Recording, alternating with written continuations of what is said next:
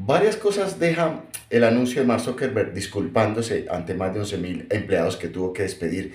Y es que él confiesa que se emocionó, que pensó que iba a continuar con los mismos ingresos que tuvo en la pandemia, pero resulta que lo que hemos visto y ha pasado con muchas empresas es que las personas volvieron a retomar su hábito de consumo y lo que estaban haciendo en la nube ya no lo están haciendo todo el tiempo, como veníamos haciendo en la pandemia. Obviamente, la gente pudo salir y retomó sus costumbres de consumo.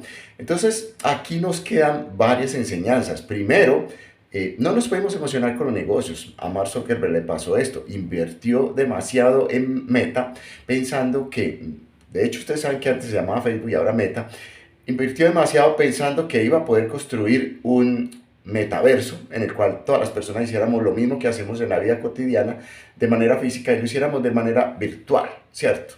Y resulta que no, la gente empezó a mostrar señales de que no quiere todo el tiempo estar en la virtualidad como se estaba pensando. Y esto también hace que todos los negocios y los empresarios, los emprendedores, todos pensemos, no, entonces no podemos seguir pensando que la virtualidad es la regla, no. La virtualidad tomó mucha fuerza, con la pandemia más, pero hay todavía muchos hábitos de consumo que van a conservarse de la manera que venían antes de la pandemia.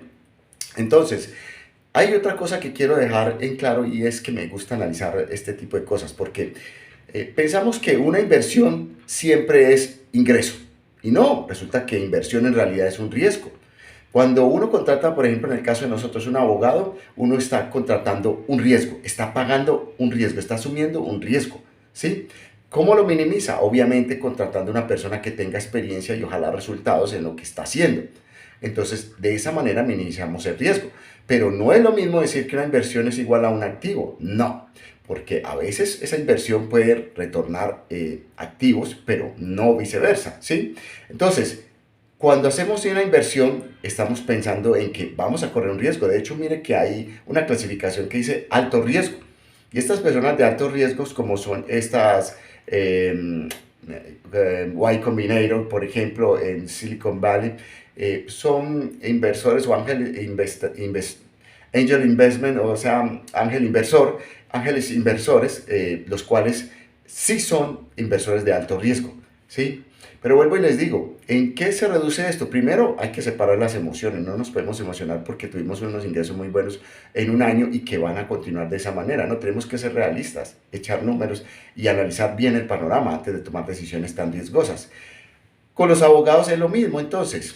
Nosotros, muchas personas vienen buscando abogados baratos y son disque cotizando. Y uno dice, pero ¿cómo vas a cotizar? O sea, ¿estás buscando resultado o perder dinero? Porque es que si estás buscando perder dinero, entonces por eso cotizas para perder menos. Pero no estás buscando en realidad un abogado, porque no estás buscando realizar una inversión en la cual minimices esos riesgos, sino que por el contrario estás buscando perder dinero y que sea lo más poco. Eso no tiene nada de sentido para mí. Las personas que buscan cotización en realidad no saben cómo funciona el derecho, ¿sí? Y vuelvo y les digo, no es lo mismo invertir que conseguir un activo. Son cosas diferentes. Cuando estoy haciendo una inversión, siempre piense, estoy tomando un riesgo.